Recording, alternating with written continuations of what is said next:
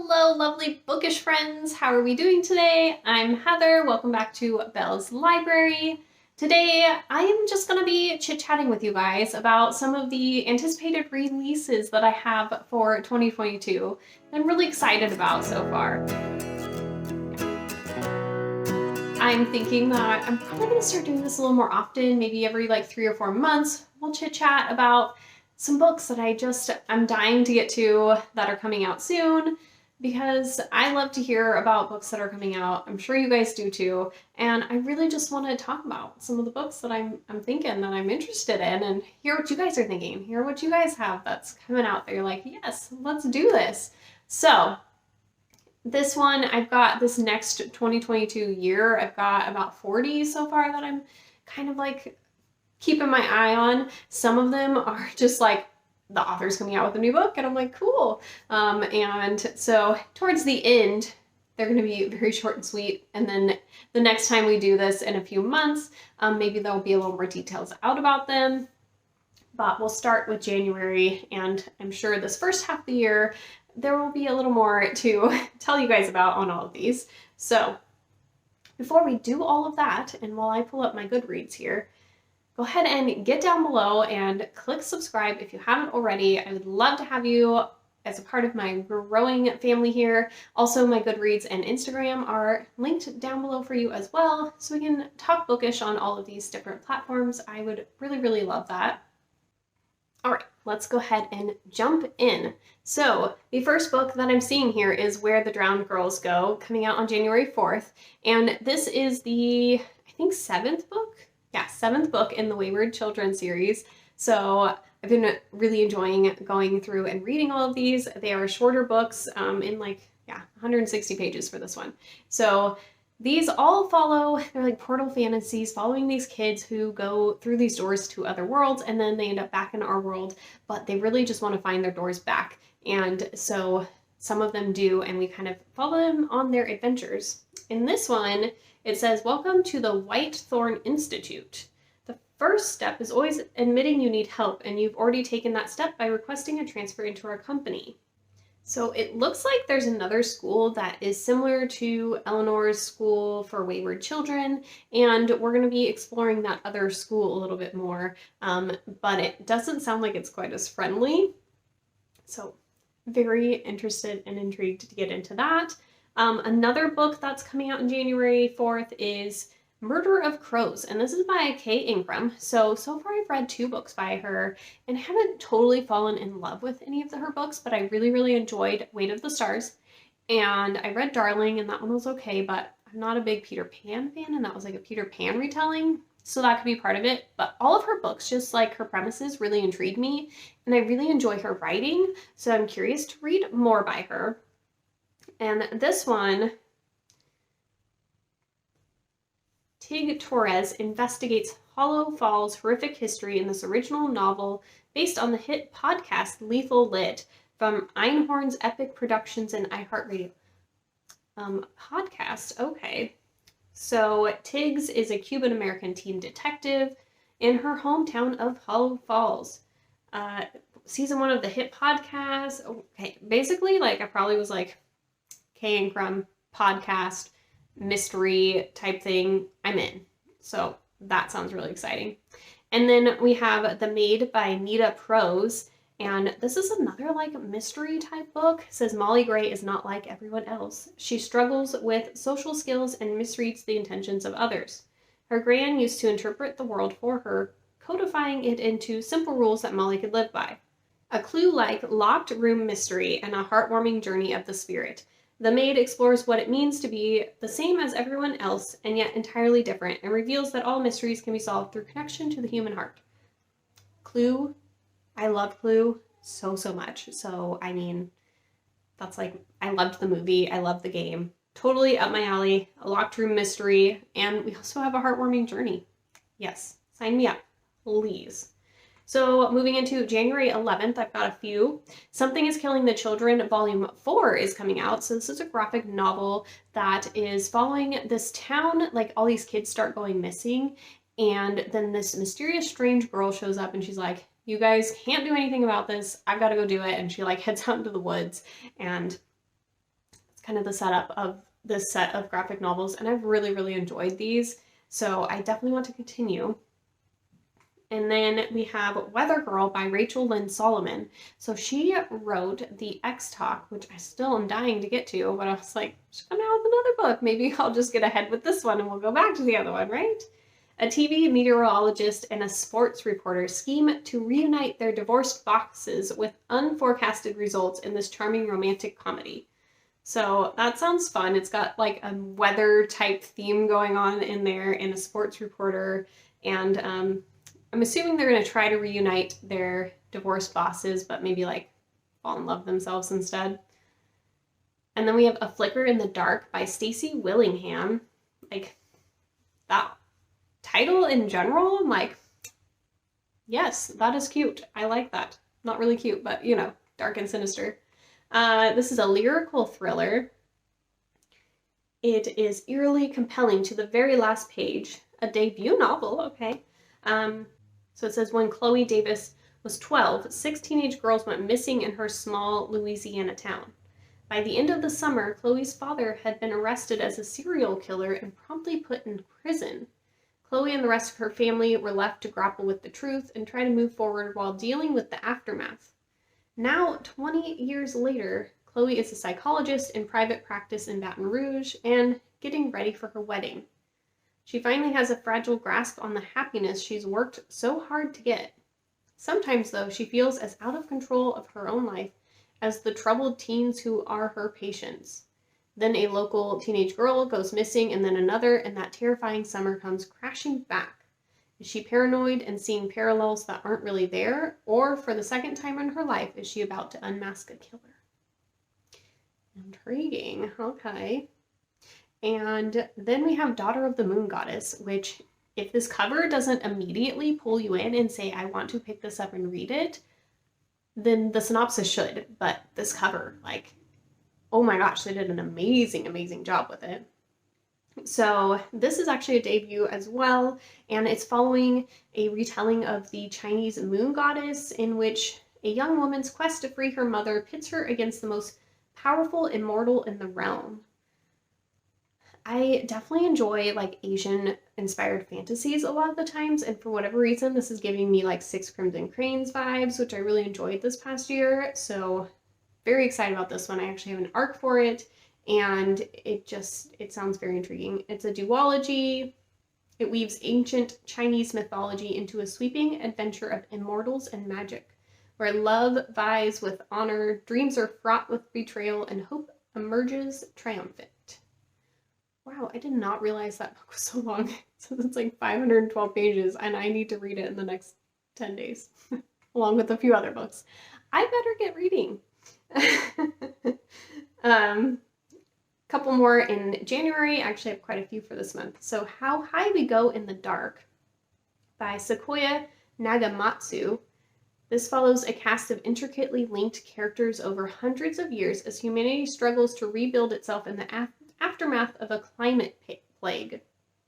So beginning in 2030, a grieving archaeologist arrives in the Arctic Circle to continue the work of his recently deceased daughter at the Badagayaka crater. Basically, like, because of climate warmth, the glaciers are starting to melt, and they are starting to find some long-buried secrets, and a deadly, like, ancient virus gets released, and then we have an Arctic plague, and from there, like, that sounds fascinating. It sounds like it's gonna be kind of sciencey, which I am very excited about, but then also, like, post-apocalyptic and climate, like, it just, yeah, it sounds very intriguing. And the last book that I have for January is Running Wild by K.A. Tucker, and this is the most recent sequel. I don't know that there's going to be more, but I also didn't know that we were going to have another one. This is a part of the Simple Wild series, which I adored Simple Wild so much, and I've read Wild at Heart, which is the second one, and the little novella Forever Wild. So this one, we're following one of our characters that, like, didn't particularly like in the book, but because she really wanted to get with Jonah, and that was not cool. But I'm excited to see her have her own little romance going on. There's really not a lot of details about this one. It just says that basically there's a new story in the wild world featuring veterinarian Marie and her struggles to find her own happily ever after. I really enjoyed all of the books in that series, so I definitely want to read this one as well. So moving into February, this is another book that I have an arc for. It's called The New Girl by Jessie Q. Sutanto. So this author also wrote Dial A for Aunties, which was really fun and enjoyable, and I was laughing my little butt through. So I was excited to try something more from her, although this one definitely seems a little more dark and sinister. Kind of got some dark academia vibes and a thriller feel. So we have Leah. She is starting with a full ride scholarship at Draycott Academy for track. And when she arrives on her first day, she witnesses a girl being forcefully carried away by campus security. And her schoolmates and teachers, they don't even bat an eye. They're just completely unfazed. And she's like, what is happening? What have I got myself into? And so she starts to kind of uncover some secrets of Draycott and like corrupt teachers, and there's a blackmailer in here. I don't know. It sounds intriguing. So I'm curious for sure. Then we have Dead Silence. Oh my gosh, this one sounds amazing. So it says A Ghost Ship, Salvage Crew, Unspeakable Horrors. It's by S.A. Barnes. This is Titanic meets The Shining, it says. So basically so in this one we're following Claire, and she is about to be unemployed, and then her and her beacon repair crew get this weird, strange distress signal. And so they decide like they've got nothing to lose and they don't want to go back to Earth. And so they go to investigate, and they find the Aurora, which was a famous luxury space liner that vanished on its maiden tour of the solar system more than 20 years ago. Basically, they're like really excited about it because this salvage could really like save her and her crew, but once they like arrive at the Aurora, they realize that something's just not right. So I'm guessing it's gonna have some like ghost ship, like creepy friggin' vibes out in space. And yeah, I don't know. I'm totally there for it. It sounds amazing. Then we have The Paris Apartment by Lucy Foley. So pretty much loved The Guest List by her, did not love at all The Hunting Party by her. So I'm curious to give her another try and see how this one goes. This one says Jess needs a fresh start. She's broke and alone, and she's just left her job under less than ideal circumstances. Her half-brother, Ben, didn't sound thrilled when she asked if she could crash with him for a bit, but he didn't say no. So basically when she shows up at his apartment, Ben, it's like this very nice apartment. She's like, can this guy really afford this? But he isn't there either. So the longer he stays missing, Jess starts to kind of dig into what's going on with her brother, and Ben's neighbors are an eclectic bunch and not particularly friendly. She may have come to Paris to escape her past, but it's starting to look like it's Ben's future that's in question. So it looks like we have kind of similar, like she always has kind of a group of characters in her books. So we have the socialite, the nice guy, the alcoholic, the girl on the verge, and the concierge. Everyone's a neighbor, everyone's a suspect, and everyone knows something they're not telling. So it almost sounds like it's like kind of set in this building with like a secret within the building, which gives me Lock Every Door by Riley Sager vibes. So it makes me very intrigued. Then this was a new one I just added, But Only a Monster by Vanessa Lynn. And this tagline was what really pulled me in. It says, in every story, there is a hero and a monster. She is not the hero. Whoa, love that. This is a sweeping romance of Passenger and the dark fantasy edge of This Savage Song. This standout YA contemporary fantasy debut from Vanessa Lynn is the first in a planned trilogy. Should have been the perfect summer. Sent to stay with her late mother's eccentric family in London, 16-year-old Joan is determined to enjoy herself. She loves her nerdy job at the historic Holland House, and when her super cute coworker Nick asks her on a date, it feels like everything is falling into place. But she soon learns the truth. Her family aren't just eccentric, they're monsters with terrifying hidden powers. And Nick isn't just a cute boy, he's a legendary monster slayer who will do anything to bring them down. As she battles Nick, Joan is forced to work with the beautiful and ruthless Aaron Oliver, heir to a monster family that hates her own. She'll have to embrace her own monstrousness if she has to save herself and her family. Because in this story, she is not the hero. Oh my gosh, that sounds so good, you guys. Wow. Now we are moving into March, and I have All My Rage by Sabaa Tahir. So, love Sabaa Tahir's series, Ember in the Ashes. Very excited to see her do a contemporary. This is following, so we have a then timeline where we have Misbah is a dreamer and storyteller newly married to Tawfiq. But their young life is shaken by tragedy and they move to the US and open Cloud's Rest Inn Motel. Now we're in Juniper, California, and we're following Sal and Noor, and they are more than best friends. They're family. They grew up together in this small little desert town, and then they have a huge fight, and Sal scrambles to run the family hotel, so his mother, Misbah, so basically his parents were the ones who immigrated here, so he's helping out with the hotel. His father is struggling with alcoholism. His mom is having some troubles with her health. And Noor, she's working at her uncle's liquor store and hiding the fact that she is applying to college to get the heck out of Juniper. So, yeah. It says, when Sal's attempts to save the motel spiral out of control, he and Noor must ask themselves what friendship is worth and what it takes to defeat the monsters in their past and ones in their midst. This one is another one that I really got pulled in by the cover. It's called Blood Scion by Deborah Ballet.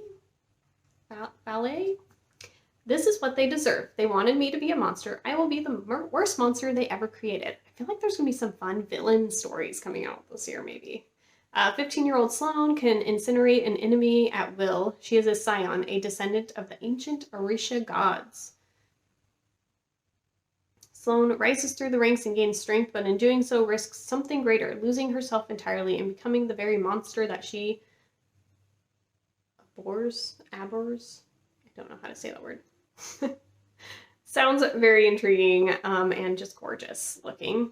Then we have The Book of Cold Cases by Simone St. James.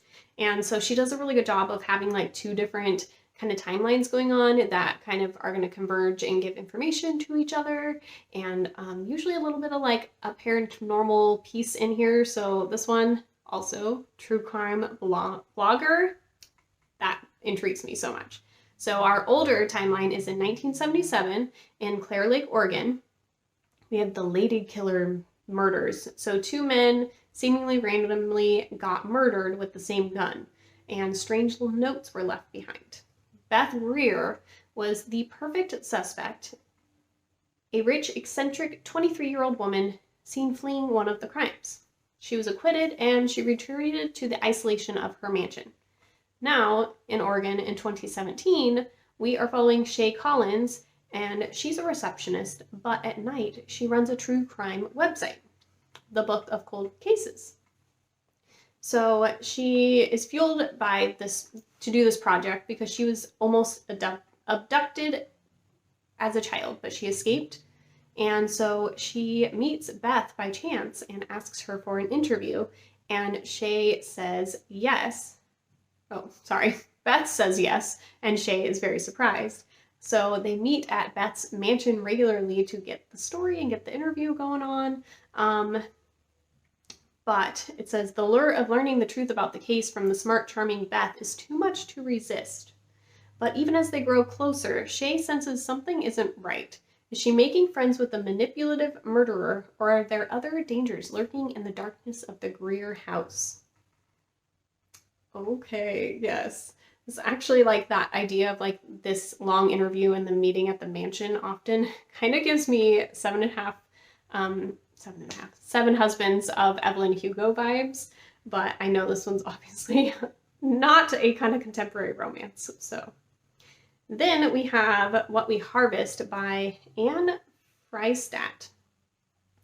This one sounds kind of odd. A nightmarish debut guaranteed to keep you up through the night. about an idyllic small town poisoned by its past and one girl who might fight the strange disease that's slowly claiming everyone she loves. So yeah, and that cover. Oh gosh, that's gorgeous too. So many good books coming out, you guys. The Resting Place by Camilla Sten. This sounds wonderful as well. So we're following Eleanor, and she has prosopagnosia. It's like face blindness. And she walks in on her grandmother being murdered, comes face to face with this killer, but she can't fully remember this person. Then a lawyer calls her and says that her grandma left her a house. It's a looming estate tucked away in the Swedish woods. The place her grandfather died suddenly, a place that has housed a dark past for over 50 years. So Eleanor heads out there with her boyfriend and reckless aunt and the lawyer.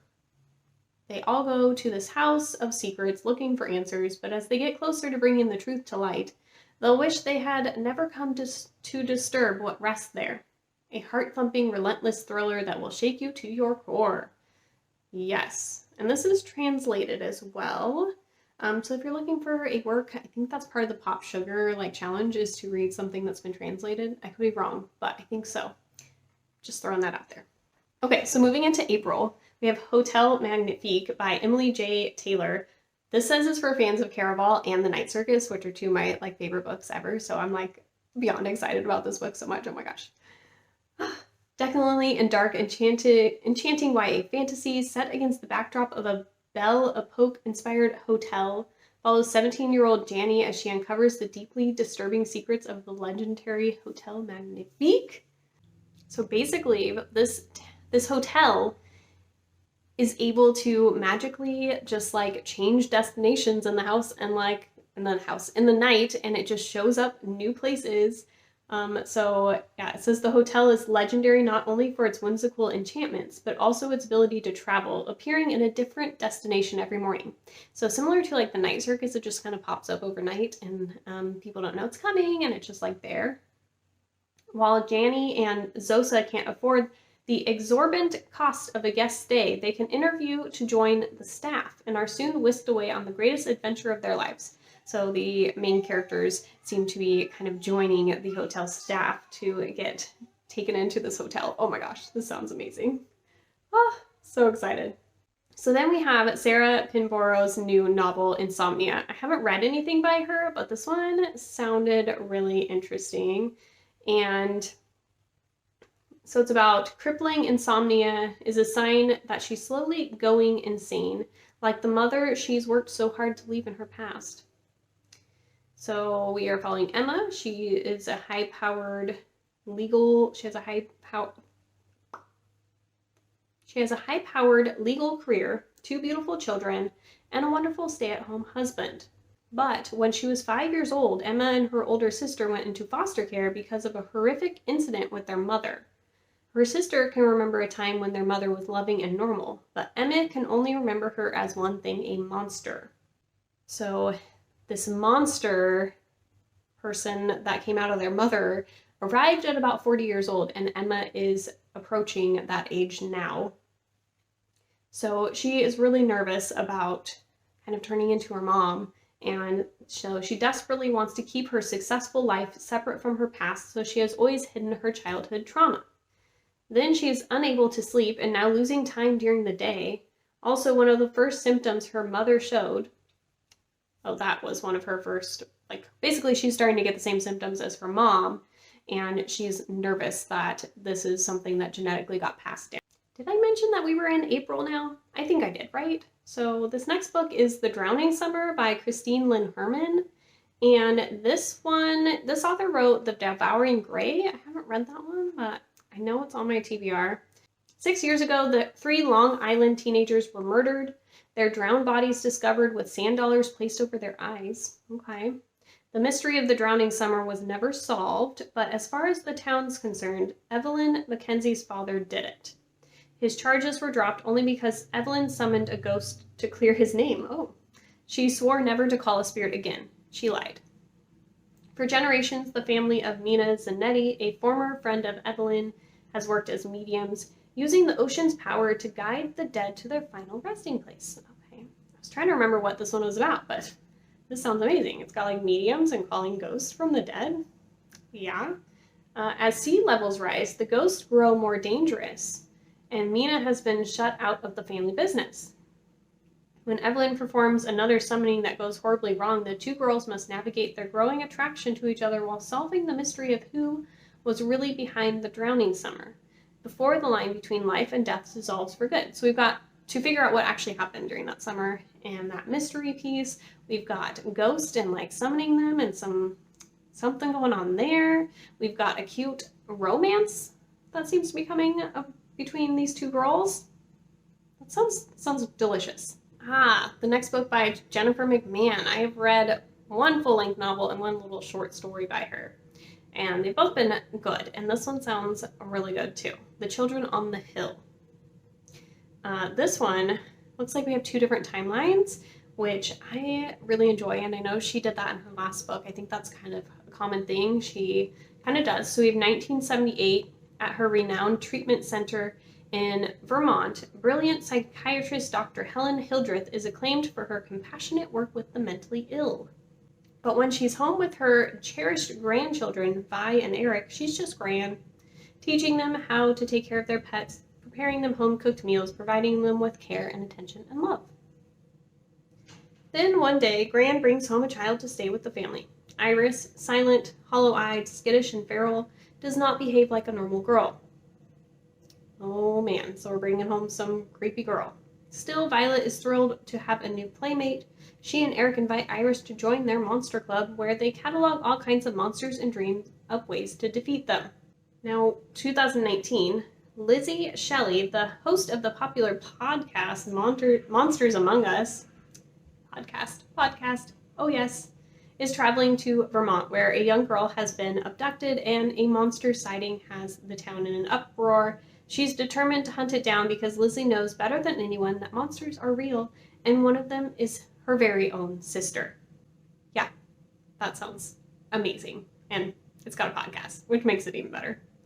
Then we have a novel by T. Kingfisher, which I read The Hollow Places by him, and I enjoyed this one quite a bit. So this one's called Nettle and Bone, and this cover is very interesting. It almost gives me like Peter Pan vibes, which I'm not a huge fan of Peter Pan, so but I'm sure I read the synopsis, so I doubt it's a Peter Pan thing.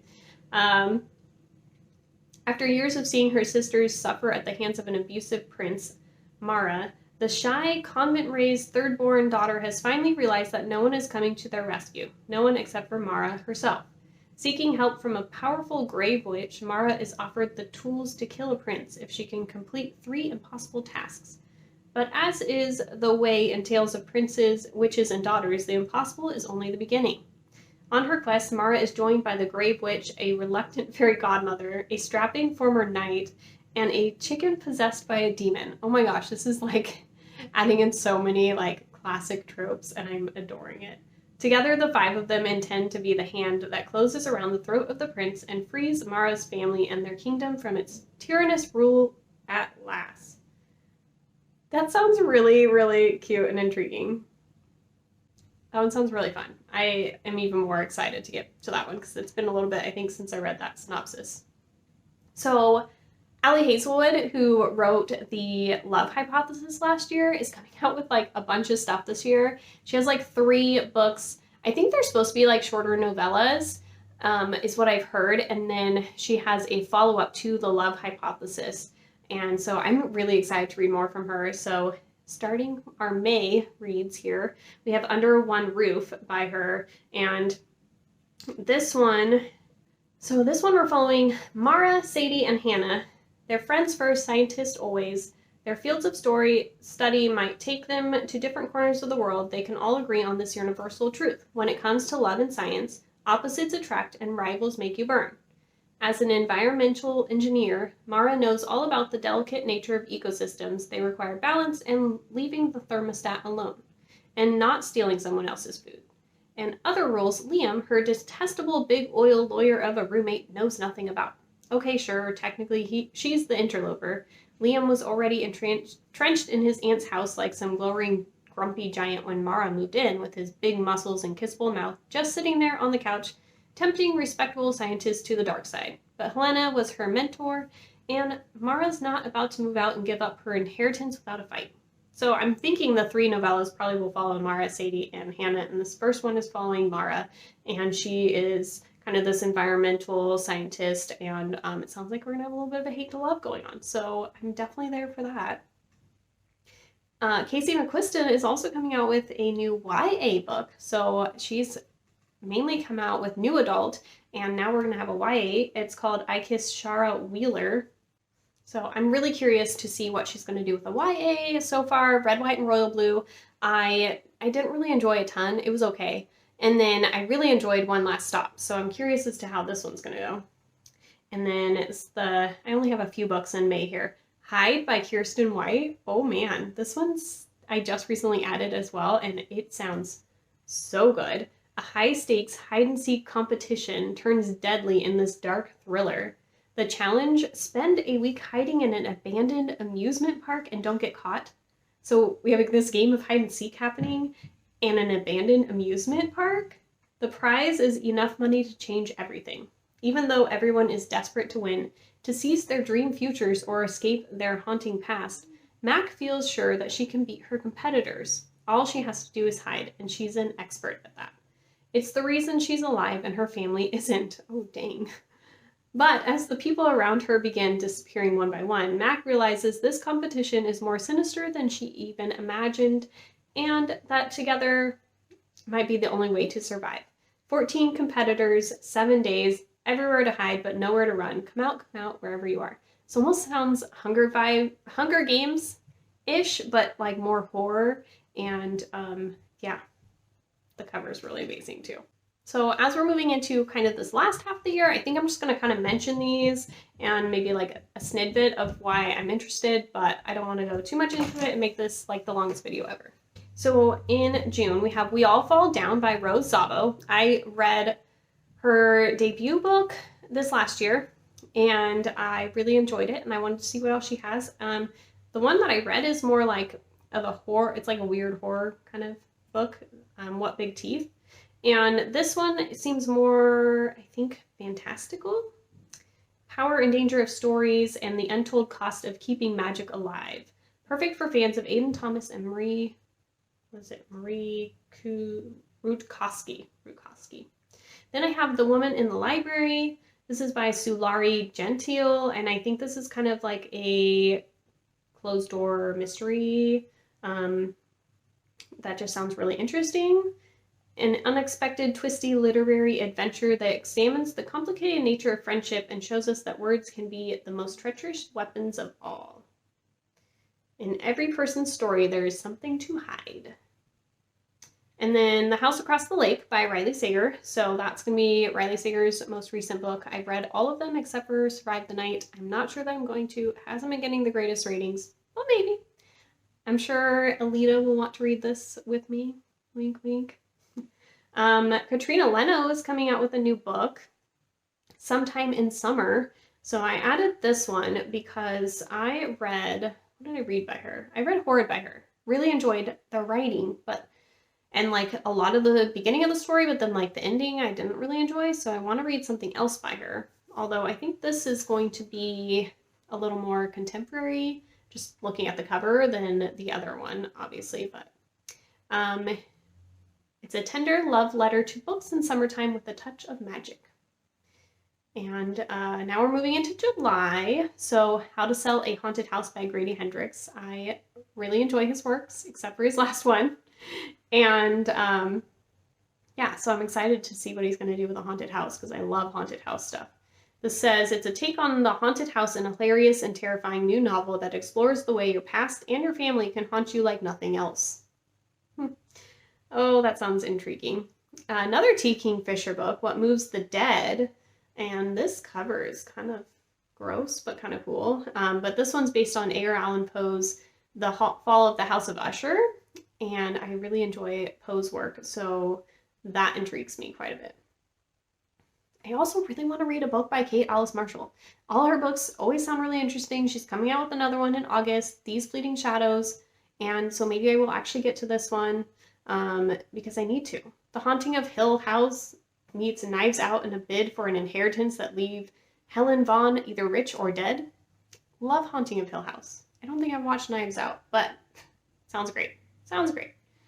Megan Golden, who wrote The Night Swim, which was so good, is coming out with a new book called Stay Awake. And it says Liv Reese wakes up in the back of a taxi with no idea where she is or how she got there. That's when she sees that her hands are covered in black pen, scribbled messages like graffiti on her skin. Stay awake. Okay. That's all for August. Oh no. I also have this one, which does not really have a cover or much to it, but it's called The Very Secret Society of Irregular Witches by Sangu Mandana. And that title, like, sounds very interesting. I love secret society stuff. We got witches. I mean, sounds good. A warming and uplifting novel about an isolated witch whose opportunity to embrace a quirky new family and a new love changes the course of her life. So yeah, that sounds good. Now we're moving into November, so we kind of jump ahead. Bloodmarked by Tracy Deonn is finally coming out. That's the sequel to Legendborn, and it's taken forever to get to the sequel, and I'm so excited.